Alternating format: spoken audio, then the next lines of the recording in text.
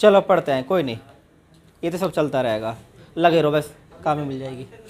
इसका ऑन कर दो वीडियो, बहुत देर चालू है, तभी चालू कर दी तुमने। अच्छा जी, ये जीबी खेल ली थी ना, मैं तभी मना कर रहा था, मैं रुक जाओ। चलो कोई नहीं, समझते हैं भैया। देखो ये टॉपिक क्या हमारा, बहुपद, अंग्रेजी में क्या बोलते हैं, पॉलिनोमियल। ठीक है, बहुपद की पहचान क्या है पहले आपको ये आनी चाहिए। सवाल आ जाता है कई बार सवाल में पेपर में कि निम्न में से कौन बहुपद नहीं है, और हमें पता ना कौन बहुपद है कौन बहुपद नहीं है, पहचान ही क्लियर नहीं है, तो हमें ये चीज़ जाननी है आज। ये जो टॉपिक है बहुपद, ये लेखपाल के लिए बेहद इंपॉर्टेंट है, या जो भी एग्जाम तुम्हारे टेक्निकल बेस होंगे, 10th बेस होंगे, सब में बहुपद आएगा। बहुपद और इक्वेशन का चक्कर समझ लोगे, समीकरण क्या होती है, तो चीज़ें बहुत आसान आ जाएंगी। स्पष्ट सिलेबस में दे रखा है बहुपद का भी और समीकरण का भी। ठीक है, तो जानते हैं भाई, मैंने एक फॉर्मेट लिखा आपके सामने, ये 10 a1x a2x², इस तरह से बढ़ते क्रम में लिखा हुआ है ये, जहाँ बोल दिया कि जो a0 a1 a2 an क्या है, वास्तविक संख्या। अब तुम्हारे लिए यहाँ पे प्रॉब्लम होगी कि वास्तविक संख्या क्या होती है ना भी। वास्तविक संख्या का मतलब क्या है, एक तो एक शब्द आगे तुम्हें जानना है कि वास्तविक संख्या क्या है। ठीक है, इस बात को जानेंगे हम अभी। और फिर हमें बोला हुआ है कि जो an है, यहाँ पे जीरो नहीं आना, an not equal to zero, ये जीरो के बराबर नहीं है, इसकी वैल्यू हम जीरो ले लेंगे। मतलब क्या हुआ कि ये संख्या है, संख्या में हमें जीरो नहीं लिखनी है, ठीक है ना, ये जीरो के बराबर नहीं होगा। ठीक, उसके बाद क्या है, n एक क्या है, ऋणोत्तर पूर्णांक, यानी क्या बोलते हैं अंग्रेजी में से, नॉन इंटीजर नंबर। एक तुम्हें ये जानना है भैया नॉन इंटीजर नंबर होते क्या है। ठीक है, बात समझ में आ गई। तो अगर तुम इन दो बातों को जान लोगे तुम बहुपद समझ जाओगे। पहले हम जानते हैं वास्तविक संख्या क्या कहना चाह रहा है। वास्तविक संख्या का मतलब ये होता है कि इसमें काल्पनिक संख्या नहीं आएंगे।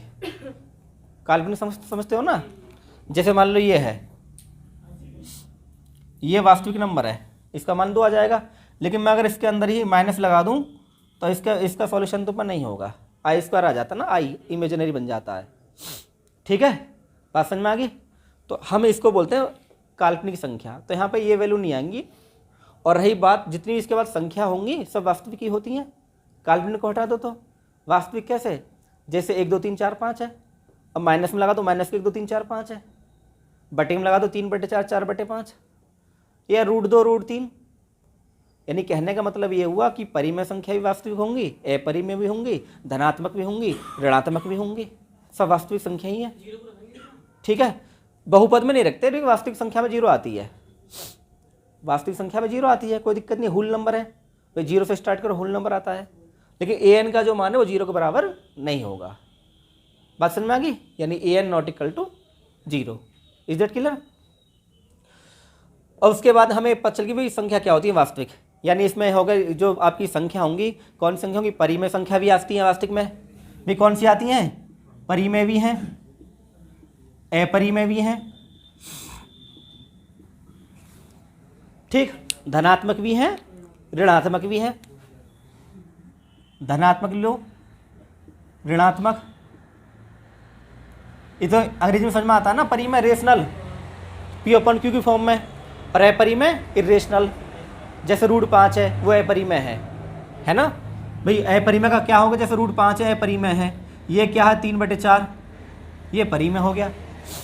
ठीक, अब देखो यहाँ पे एक बात और बोली गई है कि जो n है, कौन सा n जो ऊपर लगा हुआ है, ये वाला n, ये ना गिनती है ना स्टार्ट यहाँ पे भाई, ये x की 1 है 2 3, ये जो n है, ये n क्या है, ऋणोत्तर पूर्णांक। अब इसको समझते हैं भैया, हमें संख्या क्लियर होगी कि वास्तविक संख्या आनी है, इमेजिनरी नंबर नहीं आना है, प्लस माइनस सब आ जाएगा। अब हमें समझना घात का क्या कहना चाह रहा है, ये कहना चाह रहा है नॉन इंटीजर नंबर, है ना। कहने का मतलब है कि जो n है वो क्या होना चाहिए, इंटीजर, समझते हो ना, है ना। कहने का मतलब ये होगा कि ये जो ऋणोत्तर है ना, ऋणोत्तर पूर्णांक का मतलब माइनस में नहीं आना है। ठीक है, देखो जरा, तथा n एक ऋणोत्तर पूर्णांक है, मतलब इसका हुआ कि जो n की वैल्यू है, यहाँ पे जो n का मान आएगा वो एक इंटीजर होना चाहिए, नेगेटिव ना हो, है ना। ऋण का नेगेटिव होता है ना, तो ये कहने का मतलब ये हुआ कि जो n है वो नेगेटिव नहीं होना चाहिए, पूर्णांक नंबर होना चाहिए, नेगेटिव ना हो और नंबर हो पूरा। बात समझ में आ गई? हाँ, नॉन नेगेटिव इंटीजर मतलब नेगेटिव और होना चाहिए मेरे हिसाब से, मैं गलत गया ये, मतलब इंग्लिश में ठीक नहीं लिख रहा है ये, नॉन नेगेटिव इंटीजर, ठीक है ना। इसका मतलब यहाँ पे नेगेटिव आ जाएगा, नॉन नेगेटिव इंटीजर, ठीक। नॉन नेगेटिव इंटीजर का मतलब ये हो गया कि भाई वो नेगेटिव ना हो, माइनस में ना हो, इंटीजर पूर्णांक हो, ठीक है। बात समझ में आ गई? यानी ऐसा नंबर हो जो नेगेटिव ना हो, घात नेगेटिव में ना आनी चाहिए। जैसे मैं कह देता हूँ कि x की पावर -3/2, ये ना हो, x की पावर 3/2 कोई दिक्कत नहीं है, पूर्णांक नंबर होना चाहिए, दूसरी बात पूर्णांक नंबर होना चाहिए, ठीक है। बात समझ में आ गई? क्लियर हो गया? यानी कहने का मतलब ये हुआ जो n है, n क्या होना चाहिए कि भाई नॉन नेगेटिव इंटीजर, मतलब ये हुआ कि वो ऋण में ना हो और पूरा नंबर हो, ठीक। बात समझ में आ गई? जैसे 1/x है, ये क्या है, x-1 हो गया, ये इंटीजर नंबर है, नेगेटिव इंटीजर नंबर है ना, तो हमें नॉन नेगेटिव लेना है, ठीक है। Is that clear?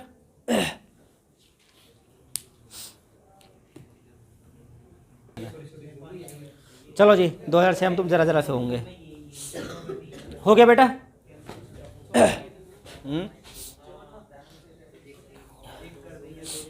समझो भी इस बात को, है ही मार खा गए ना।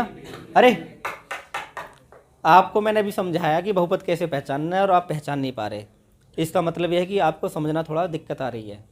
मैं आपको समझाता हूँ एग्जाम्पल, जब थ्योरी पढ़ना अलग चीज़ है, थ्योरी तो समझ में आ गई जी, क्वेश्चन तो ना हो रहे, तो फिर क्या थ्योरी प्रैक्टिकल करने होंगे। बहुपद की परिभाषा मैंने बताई है कि बहुपद में क्या होना चाहिए, जो संख्या है वास्तविक हो, संख्या क्या हो, मतलब अंडर रूट में माइनस ना हो खाली, और सब चलेंगी, प्लस हो माइनस हो अंडर रूट हो कुछ हो, कोई दिक्कत नहीं है, बस क्या ना हो, अंडर रूट के अंदर माइनस ना लगा हो। बात समझ में आ गई? इसमें संख्या है क्या, यहाँ पे ये 3 है 4 है, वास्तविक तो है, कोई दिक्कत नहीं है। ये 5 माइनस तो है, तो ये वास्तविक है या काल्पनिक है? वास्तविक है। वास्तविक में प्लस माइनस सब चलेंगे, बस क्यों नहीं, कोई संख्या नहीं आएगी जो अंडर रूट के अंदर माइनस है वो नहीं आएगा। जैसे मैं इस पे यहाँ पे ही कर दूँ, अब ये गलत हो जाएगा, अब ये काल्पनिक नंबर है, ठीक है ना, इसे बोलेंगे काल्पनिक नंबर। बस इसको ही ना, इसको ही ध्यान रखना कि ये ना आए बस खाली, और सब आए कोई दिक्कत ना आए। तो नंबर की पहचान तो तुम्हें ऐसे पड़ेगी, जैसे देखो यहाँ पे अंडर रूट लगा हुआ, कोई दिक्कत ना है, अंडर रूट से कोई परेशानी ना है। मैं यहाँ पे 5/3 कर दूँ, कोई दिक्कत ना, कोई तकलीफ ना है। 3/5 कर दूँ, कोई दिक्कत नहीं है। बस क्या नहीं करना है, यहाँ माइनस नहीं लगना, अंडर रूट पे माइनस नहीं आना चाहिए, यानी काल्पनिक नंबर नहीं आना चाहिए। बात समझ में आ गई? माइनस से परेशानी नहीं है, परेशानी होती माइनस के ऊपर अंडर रूट से, उसे बोलते हैं काल्पनिक संख्या। Is that clear? तो माइनस का लोचत खत्म हो गया है, ठीक है। अब पहचान कैसे पड़े, जो घात है एक तो फ्रैक्शन में ना हो और एक माइनस में ना हो, बस ये इसकी पहचान है। नंबर से तो बता दिया, जो घात सही सही है बिल्कुल, यहाँ तो 1 है, यहाँ 2 है, ठीक घात है, यहाँ भी घात ठीक है, कोई दिक्कत ना है, 2 है। यहाँ दिक्कत है, ये x-1 ना हो जाएगा, ऊपर जाएगा तो, है ना, तो घात माइनस में आ जाएगी, और जब घात माइनस में आ जाएगी तो ये बहुपद नहीं है, तो ये बहुपद नहीं है। पहली बात क्लियर होगी। और चेक करते हैं, देखो ये x√x है, अब ये x है ना, अब x का मतलब तो x होता ही है भाई, x√x को हम ऐसे करेंगे, ये x तो है ही है 1, वही 1 है, और रूट का मतलब है कि 1/2, x की पावर में पॉइंट में ना आए वैल्यू, और 1/2 तुम जानते ही 0.5 होता है, इसे जोड़ोगे क्योंकि सेम बेस से जुड़ जाएंगे ये, तो x की पावर 3/2 हो जाएगी। तो ये कौन सा नंबर हुआ, integer non integer, non integer, यानी पूर्णांक नंबर नहीं है। पूर्णांक नंबर होना चाहिए, नंबर पूरा होना चाहिए, पॉइंट में काम नहीं करेगा, यानी x की घात जो है वो पूरी होनी चाहिए, या तो 2 हो 3 हो 4 हो, ठीक है, और प्लस में हो। देखो पूरी घात तो यहाँ भी, इसको हम ऐसे लिख देते, इसको x + 2 × x की पावर -1। अब एक तो पूरा नंबर है लेकिन माइनस तो है, तो दो चीज़ का विशेष ध्यान रखना है, एक तो x की पावर माइनस में ना आए, और पावर में जो भी नंबर है वो पूरा हो। दो बात ध्यान रखोगे, एक तो x की पावर किस में ना आए, माइनस में ना आए, तो हमारा बहुपद नहीं माना जाएगा। अब माइनस में आ गई तो बहुपद नहीं है ये भाई। और दूसरी बात क्या ध्यान रखनी है कि x की पावर अगर प्लस में है तो पॉइंट में ना बने, ये 1.5 बन जाएगा, तो ये भी बहुपद नहीं है। और चेक कर लेते हैं भाई, ये ठीक है, ये तो √3 है, कोई दिक्कत ना है, √5 से कोई परेशानी नहीं है, ये पावर ठीक है, ये पावर ठीक है, ये भी ठीक है, कोई दिक्कत नहीं है। एक ये नहीं था कि नहीं था, इसको चेक करो, x घात 3 है, ठीक है। एक ये परेशान करेगा, क्यों परेशान करेगा कि बटे में 3x प्लस √7 है, ऊपर जाके माइनस बनेंगे, ये बात समझ में आ गई, ठीक है ना। तो पहले भी जोड़ा में है ये, तो इसका मतलब क्या हुआ कि ये भी हमारा बहुपद नहीं है। तो 3 हो गए इसमें। बहुपद पहचानने आए ना, ये बताओ, आगे पहचान लोगे ना आराम से। की पॉइंट क्या है, रूट में अंदर कोई संख्या माइनस में ना हो, पहला पॉइंट। दूसरा, x की पावर माइनस में ना हो और नंबर पूरा हो, नंबर पूरा हो, ठीक। Is that clear? अब तो दिक्कत नहीं आएगी पहचानने में, कर लिए। देखो समझो जरा, अब क्या है, हमें बहुपद की घात पूछेगा कि भाई डिग्री क्या है पॉलिनोमियल की, है ना। तो भाई ये जो चर होता है, चर की जो सबसे बड़ी पावर होगी, जैसे मान लो ये हमारे पास एक बहुपद है, ये बहुपद है, समीकरण है, बहुपद ना है ये, तो फिर समीकरण क्यों ना है, दोनों ही है। बताओ बेटा, तुम दोनों बताओ, ये बेटा बहुपद है, समीकरण है, समीकरण के लिए इक्वल टू 0 होना चाहिए, है ना।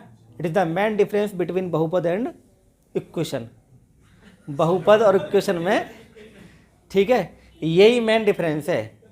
पॉलिनोमियल और इक्वेशन में यही मेन डिफरेंस है कि अगर मैं इसके इक्वल टू 0 बना दूं तो ये समीकरण बन जाएगी, और कुछ नहीं लिखा तो ये बहुपद है, ठीक है जी, कोई दिक्कत तो नहीं है, कभी कन्फ्यूज हो जाओ। तो भैया ये बहुपद है, इसकी घात क्या है, सबसे बड़ी पावर क्या है, 4, तो इसकी घात 4 है। इसकी घात क्या है, कुछ ना है, 0 है ना। तो हम ये 7 को लिख देंगे भैया, इसकी घात होगी, इसकी जो घात होगी कितनी होगी, 4, यानी सबसे बड़ी घात ये है। यहाँ पे कुछ ना, तो 7 × x की पावर 0 है, क्यों x की पावर 0 1 होता है, ठीक है। तो बहुपद की घात कितनी होगी, 0। बात समझ में आ गई, कोई दिक्कत तो नहीं है यहाँ तक, क्लियर। तो हमें पता चल गया बहुपद की घात क्या होती है, मिटा दें इस बात को।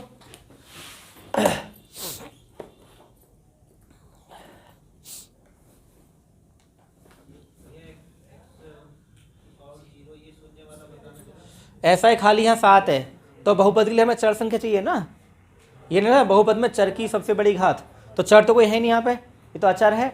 चर और चर क्या होते हैं, पहले तो ये जान लो, बताओ, हैं, वेरिएबल और नॉन वेरिएबल।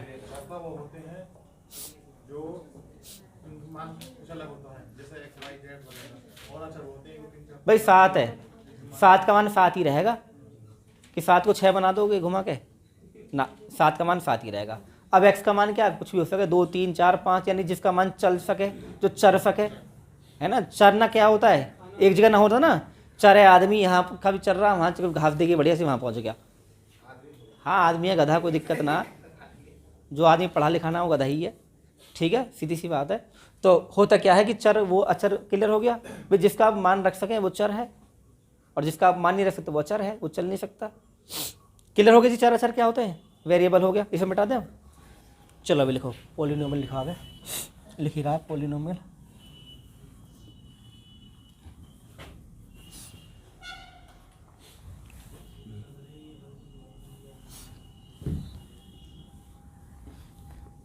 एक वेरिएबल,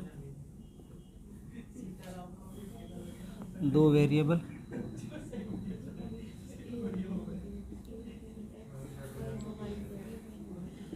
3 वेरिएबल।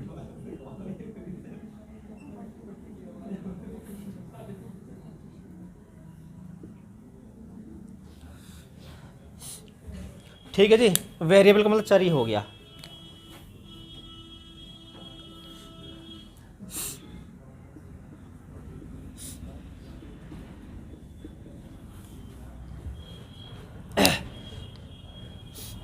एक वेरिएबल का मतलब होगा, जैसे मान लो x है, एक्स प्लस 5 है, यहाँ एक ही वेरिएबल है, दो वेरिएबल हो गए एक्स स्क्वायर प्लस के वाई स्क्वायर, है ना। ये वेरिएबल हो गए ना, एक एक्स हो गया एक वाई हो गया, और यहाँ पे कितना हो गया एक्स स्क्वायर प्लस के वाई स्क्वायर प्लस के जेड स्क्वायर। ये इसमें तीन वेरिएबल हो गए, ठीक है।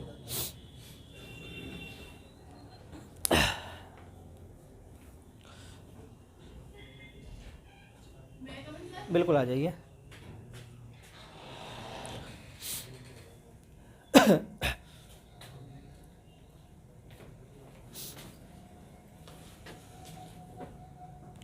तो हमें वेरिएबल की पहचान पड़ गई कि वेरिएबल की पहचान कैसे पड़ेगी भाई, कि जो बहुपद हमें पढ़ना है कि भाई वेरिएबल के आधार पर तीन प्रकार के होंगे जो हम देख पा रहे हैं।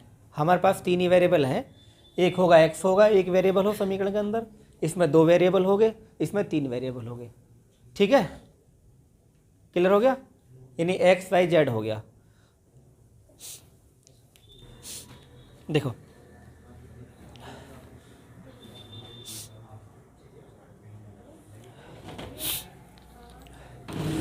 ये बहुपद है, इसकी डिग्री क्या है, एक है।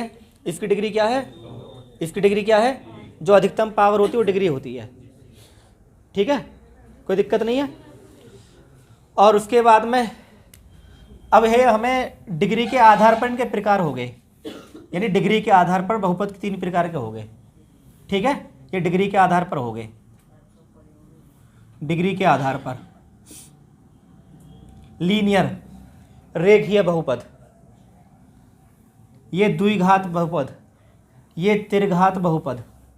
हिंदी में हो गया ना भाई द्विघात, द्विघात समीकरण पढ़ते हैं ना, द्विघात समीकरण, तो द्विघात बहुपद, ये रेखीय बहुपद, और ये त्रिघात बहुपद हो गया।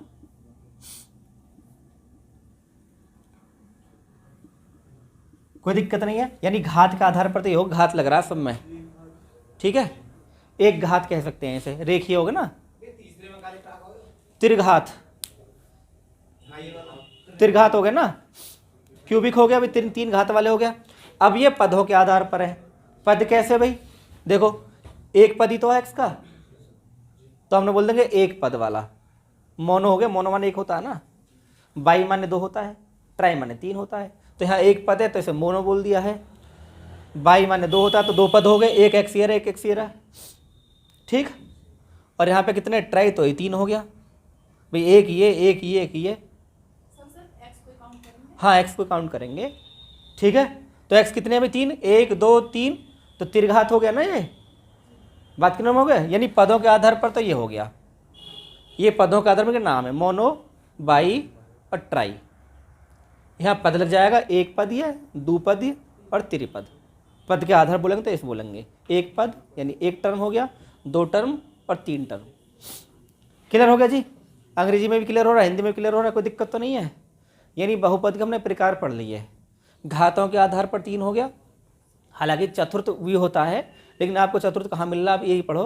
तो चार घात हो सकती हैं किसी बहुपद में, पांच भी हो सकती हैं, लेकिन मुख्यतः ये तीन होता है, ठीक। अब तुम्हें बताओ, तुम्हें बहुपद का बेसिक आगे नहीं आया कि बहुपद होता क्या है, पहचान कैसे होगी इसकी, बहुपद और समीकरण में अंतर क्या हो गया, ये सब बेसिक चीज़ क्लियर होगी, ठीक।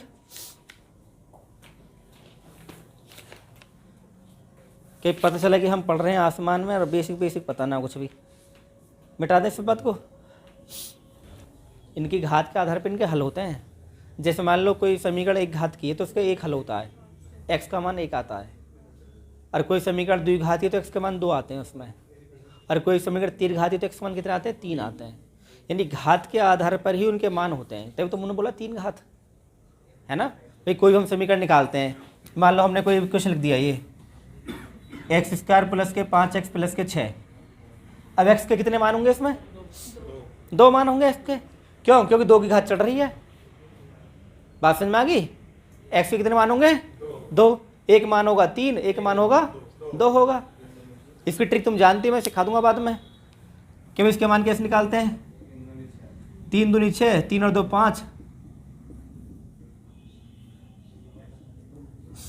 ये इसके टुकड़े हो गए, ये सिखाई जाएंगी तुम्हें, ट्रिक सिखाई जाएंगी, बहुत सारी सिखाई जाएंगी। अभी अभी थोड़ा समय दो, है ना। हाँ, गुणनखंड में आएंगे। इसमें 3 घात बता दूंगा, एक लाइन में हो जाएंगे सब सवाल, कोई दिक्कत नहीं आएगी। अगर ये 3 घात का होगा तब भी एक लाइन में हो जाएगा। आपको बेसिक करने की जरूरत नहीं, जो हाई स्कूल इंटर में करते हैं ट्रिक के जरिए हो जाएगा कि भाई हम समीकरण कैसे तोड़ेंगे। लेकिन पहले आने से पहले तुम और बात जान लो कि भाई हल क्या होता है, कैसे इनका सिरधराचार्य आता है, क्या मामला है, जो सब कुछ जान लो पहले, धीरे धीरे एक एक करके पॉइंट, ठीक है ना। बेसिक तो पहले बेसिक जान लो, जो बेसिक बातें हैं।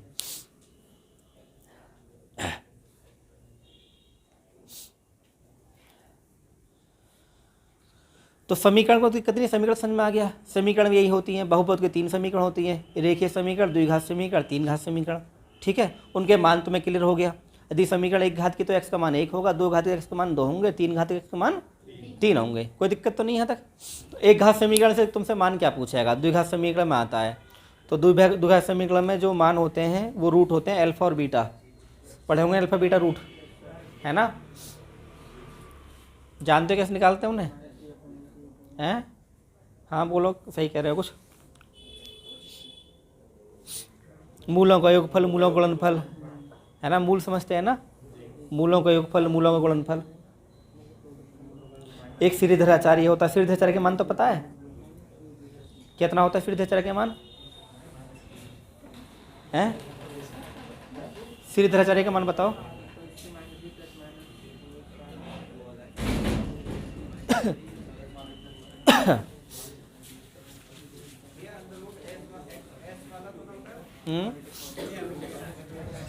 देखो ax² प्लस के bx प्लस के c बराबर 0, ये एक द्विघात समीकरण है, ठीक है। अगर इसके हमने जो रूट है वो अल्फा बीटा माने, रूट क्या है, अल्फा और बीटा, ठीक। रूट क्या होता है वो बताऊंगा मैं तुम्हें, भी सब चीज़ बताऊंगा। वैसे हिंदी में मूल बोलते हैं, हिंदी में क्या बोलते हैं, मूल, ठीक। अल्फा और बीटा है तो हमें एक समीकरण बनानी है, x माइनस के अल्फा और x माइनस के बीटा। अब इनके हम आपस में मल्टीप्लाई करेंगे, ठीक है। मल्टीप्लाई कर लें भाई, x² माइनस के अल्फा x, ठीक है, माइनस के beta x plus alpha beta. कोई दिक्कत नहीं है। तो यहाँ पे कॉमन आ जाएगा x, तो x² माइनस x कॉमन ले लो तो अल्फा प्लस बीटा हो जाएगा, यहाँ प्लस अल्फा बीटा है ये। अब इसकी जो कंपेयर है इससे करनी है। कंपेयर कैसे करनी है भाई, मैंने यहाँ लिख दिया है ax² प्लस के bx प्लस के c बराबर 0, और मैंने यहाँ पे लिख दिया क्या है, x² माइनस के alpha plus beta plus alpha beta, alpha beta. अब हमें इसकी तुलना करनी है, ठीक है। तो हमें देख रहे हैं कि यहाँ पे क्या है, ये a है, यहाँ पे क्या है, x है।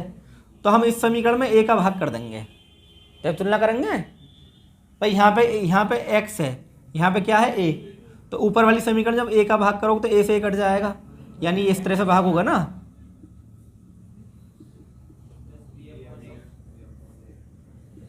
0 आ गया ना।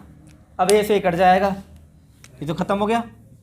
अब तुम देखो यहाँ पे क्या है, x है, यहाँ पे क्या है, x है, तो ये और ये बराबर ना हो गए भाई, ये तो x सेम हो गया, तुलना कर रहे हैं हम, ये x हो ये x सेम हो गया। अब देखो यहाँ पे भी x है, यहाँ पे भी x है, तो ये जो वैल्यू है किसके बराबर होगी, b/a के, तो माइनस ये है, माइनस लग जाएगा, तो हमें कहेंगे अल्फा प्लस बीटा बराबर क्या होगा, माइनस के b/a, तो माइनस यहाँ से आता है वो, और अल्फा बीटा क्या हो जाएगा, अल्फा बीटा हो जाएगा c/a। ये तो मूलों का योगफल है, और ये मूलों का, मूल कुछ नहीं होता, वो जो मान होते हैं ना, जो x के मान होते हैं उनको मूल कहते हैं। समझोगे मूल क्या है, बच्चे मूल में पैदा हो जाते हैं ना, क्या मूल में पैदा हुआ है, वो मूल नहीं है, ये मान है। यानी किसी के जैसे इसके समीकरण रख दिया मैंने, देखो ये था, अभी तुम्हें एग्जाम्पल देकर समझाया था मैंने कि x² प्लस के 5x प्लस के 6 है ना, तो इसके जो मूल क्या होंगे, इसका जो मान हमने 3 और 2 निकाला था ना, तो इसका जो मूल होंगे वो -3 और -2 होगा, है ना। बात समझ में आ गई भाई, 3 और 2 ना निकाला था हमने इसको ऐसे लिखा था x + 3 और x + 2, इनको तो बोलते हैं गुणनखंड, फैक्टर। और जब इन्हें 0 के बराबर मान लेते हैं जैसे x प्लस 3 बराबर 0, तो x बराबर हो जाएगा माइनस के 3, और x प्लस 2 बराबर 0, तो x बराबर हो जाएगा माइनस के। तो जब ये मान आ जाता है, इनको हम मूल कहते हैं। ये तो हो गए गुणनखंड, और इनको हम क्या बोलते हैं? मूल, यानी रूट कहते हैं। तो मूल क्लियर होगा। मूल क्या है?